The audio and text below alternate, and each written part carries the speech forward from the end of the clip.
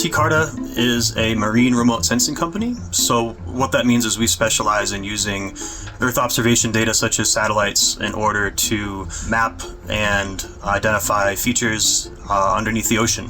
So we primarily specialize in coastal areas where the water is shallow.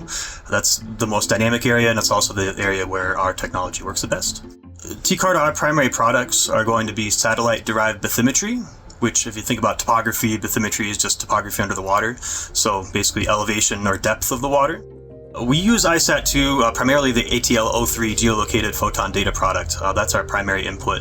Even though ISAT's original mission did not include bathymetry as one of its core sort of missions and therefore data products, the 532 nanometer blue-green laser is ideal for underwater mapping. And so there's been a lot of really good pioneering research on that we kind of took along with us to create our bathymetry products. After we've extracted bathymetry point measurements out of ISAT-2, we typically are integrating those with a multispectral or hyperspectral satellite image. And that's what allows us to basically delineate continuous seafloor models from these kind of disparate point data sets. And then we do have a large customer base of commercial users. So things like engineering firms. If they want to build a new hotel in an area where there's lots of protected structures such as reefs or seagrass patches, having a seafloor classification model where they can develop their plan around low impact decisions can be very valuable, as well as quantifying volumetric change they might need to do in order to build something like an island. There are many, many places in the world that do not have sufficient in situ data or depth measurements in order to calibrate and validate these models. Kind of one of the reasons why we need to map these areas. And so having this data on its own won't satisfy the requirement for having a continuous map of, say, some really remote Pacific atoll.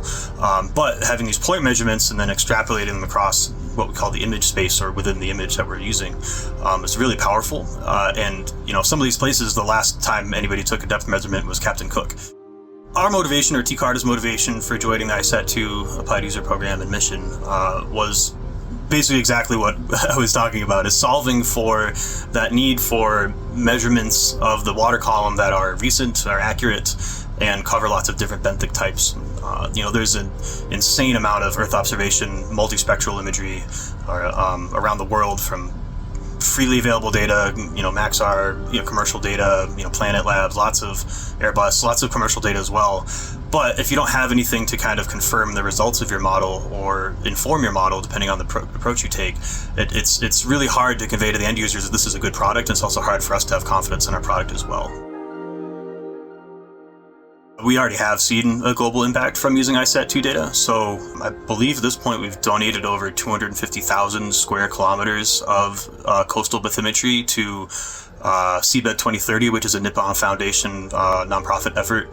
That's a really cool kind of effort across the globe for lots of different hydrographic offices and commercial agencies to procure and donate data to this effort to map the seafloor regardless of depth to a certain accuracy by 2030. And so using ISAT-2 informed data sets, we have been able to donate a large quantity of data to that effort, which is now made publicly available at I believe 100 meter, 90 meter resolution.